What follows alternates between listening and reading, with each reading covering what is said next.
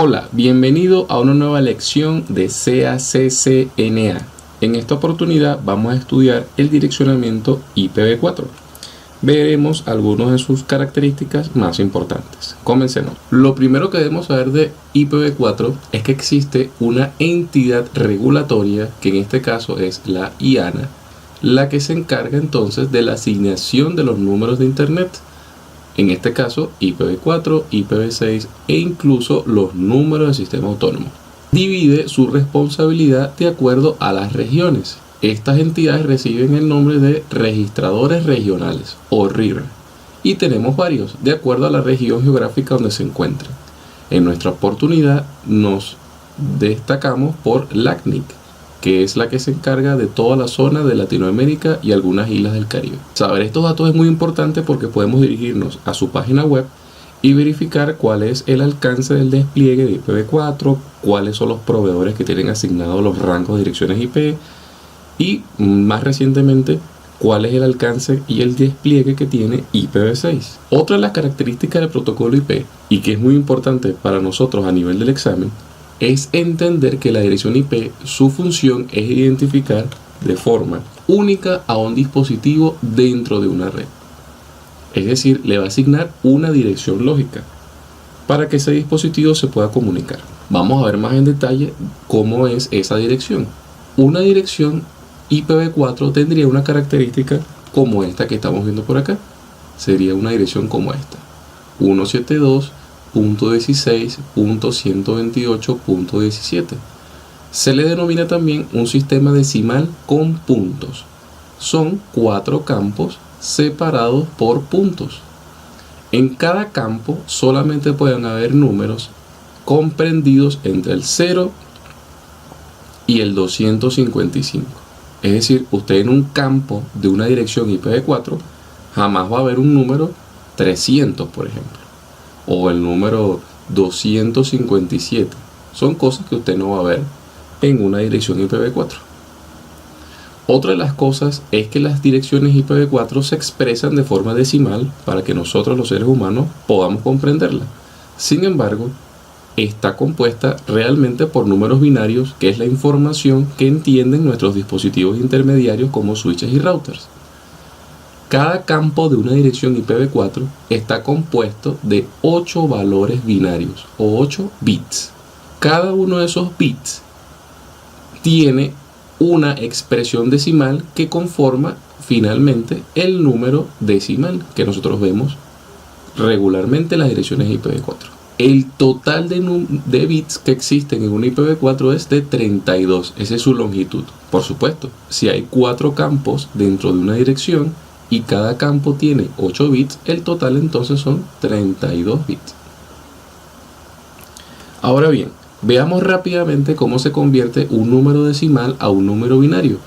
Para eso, utilicemos el ejemplo que tenemos en la pantalla, la dirección 172.16.128.17.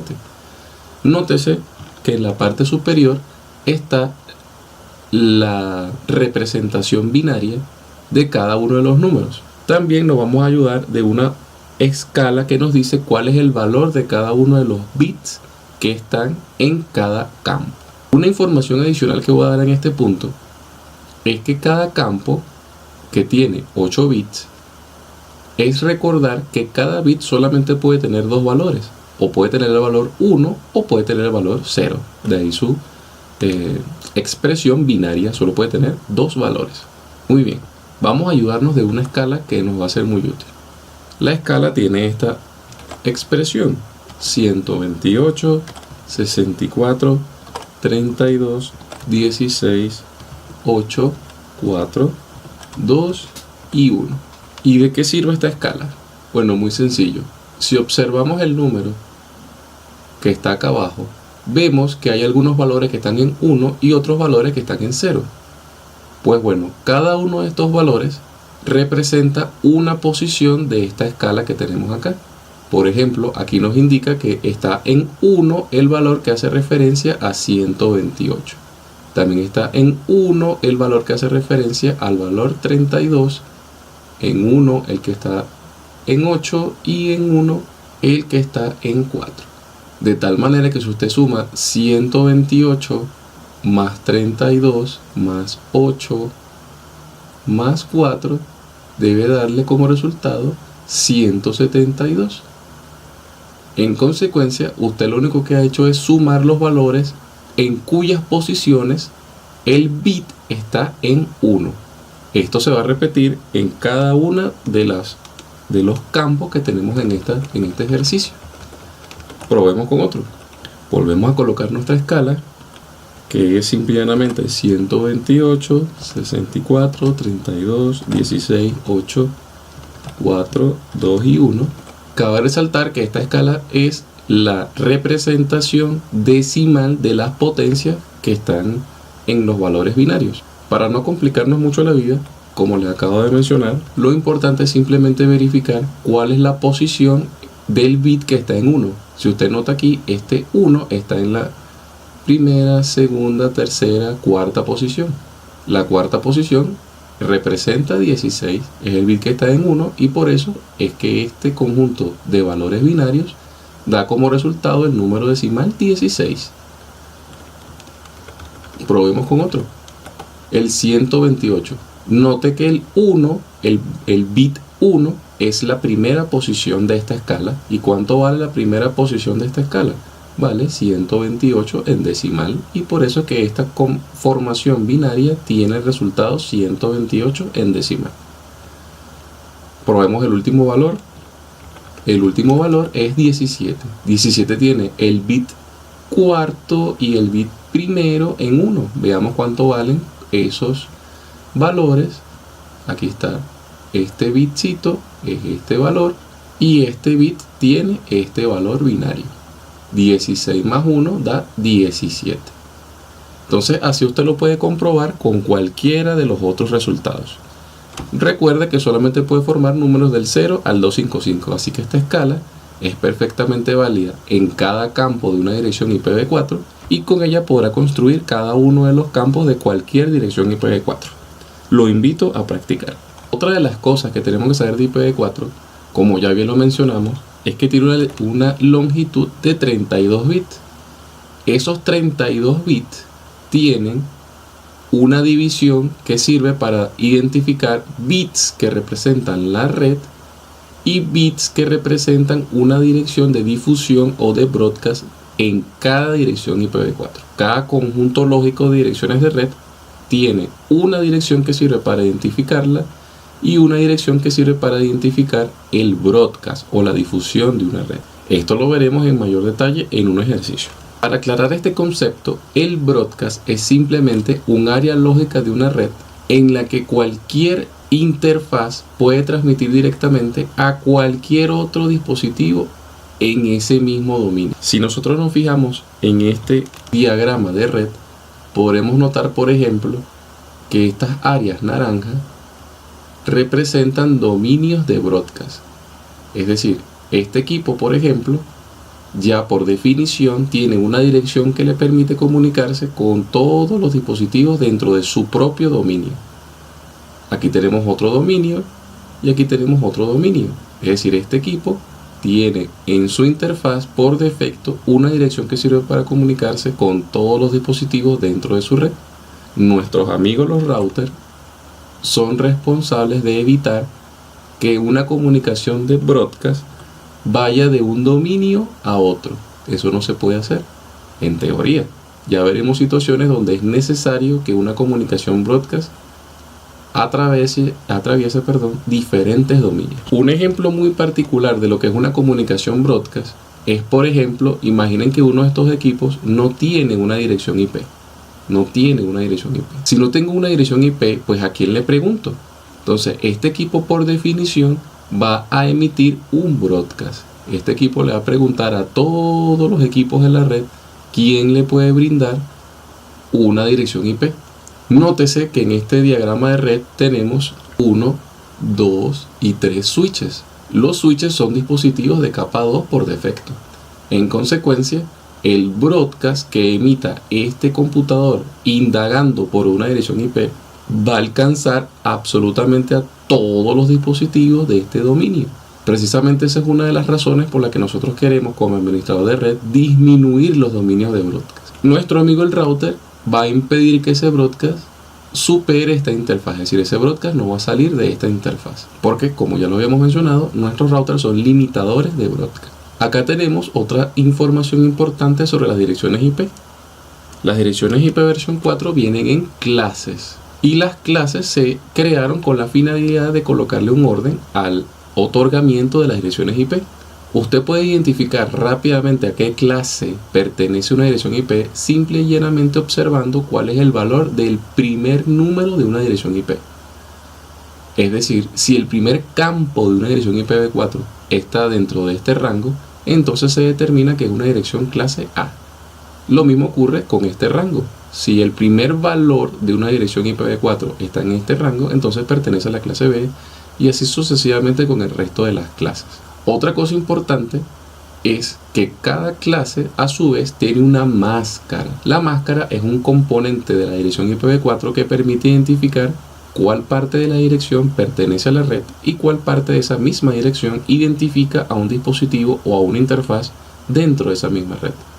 Cada clase tiene una máscara por defecto, es decir, que siempre una clase A por defecto va a tener esta máscara de red. Una clase B siempre va a tener esta y una clase C siempre va a tener esta.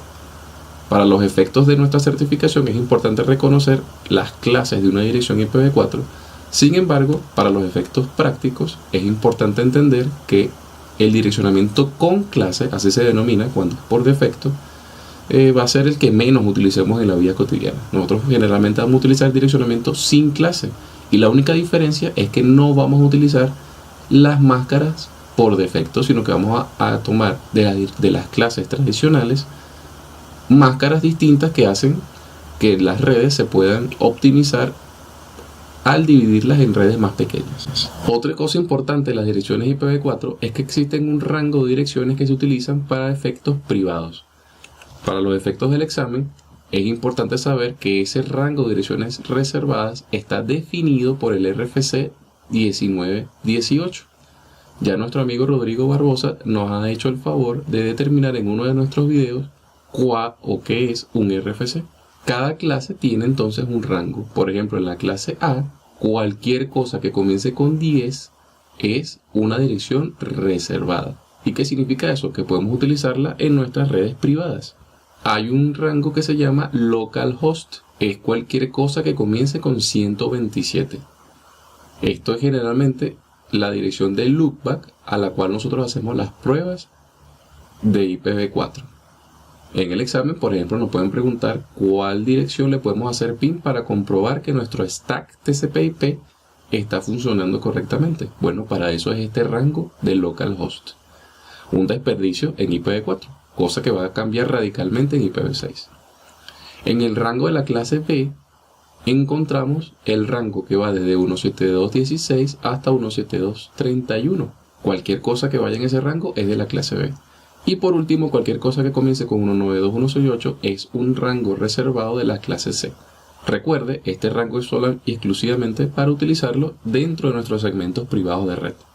Por último, tenemos acá un pequeño ejercicio donde tenemos, por ejemplo, la dirección 192.168.144 con máscara 255.255.250, pasado todo a formato binario.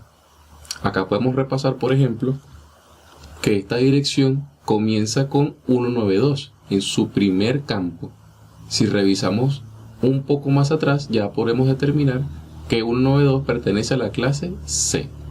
Esta dirección es de clase C y además tiene una máscara que pertenece a esa misma máscara, a esa misma clase. Por tal motivo, estamos en presencia de una dirección con clase, específicamente la clase C. También podemos repasar, por ejemplo, que el 192 en binario tiene esta composición. Si usted recuerda, el primer valor o el primer bit vale 128 y el segundo bit vale 64. Si usted suma 128 más 64, eso le da 192. Son los dos bits que están encendidos. Esa es la representación binaria del número 192. Y así sucesivamente lo puede probar con el resto de los octetos. Se llaman también octetos porque tienen 8 bits. Lo mismo sucede con la máscara. Nótese que, por ejemplo, 255 es el valor más alto que puede tener un campo IPv4 y por tal motivo todos los 8 unos los vemos allí presentes. Esto es el resultado de sumar todos los valores que vimos en la tabla, desde 128 hasta 1 que vale el último. Si usted lo suma todos, eso da 255. Otra cosa importante es que la máscara, como ya bien dijimos antes, representa cuáles de los bits pertenecen a la red y cuáles de los bits pertenecen a las direcciones que podemos utilizar para los hosts. En este caso, nótese que tenemos dos equipos y un switch. Nuestro switch es capa 2 y de momento no le vamos a asignar una dirección IP, aunque bien pudiéramos asignarle una para efectos administrativos. Aquí notamos que, por ejemplo, este equipo tiene la .44 y este tiene la .66. Pero ¿cómo sabemos cuáles IP le podemos asignar? Bueno, para eso precisamente es la máscara de red. La máscara de red nos está diciendo que hasta el tercer octeto hay solo unos. Por tal motivo la red exclusivamente va a llegar hasta ese octeto. Si hacemos esta reducción en la dirección IPv4, este es el tercer octeto. Entonces lo que tenemos que saber es que los equipos a los que le vamos a asignar las direcciones IP deben ser iguales en los primeros 3 octetos. Es decir, deben tener igual el 192, el 168 y el 1. Comprobemos eso en nuestro diagrama. Este computador tiene 192, 168, 1 y este computador tiene 192, 168, 1. Exactamente los primeros 3 octetos son iguales, lo que nos está indicando la máscara de subred. Esta máscara nos está indicando que los primeros 24 bits, o traducido de una manera más sencilla, los primeros 3 octetos deben ser iguales para que los equipos entiendan que están en la misma red lógica. Y se ha reservado entonces el último octeto o el último campo para asignarle direcciones a los hosts o a los equipos o a los teléfonos o a las impresoras o a cualquier cosa que lleve un IP.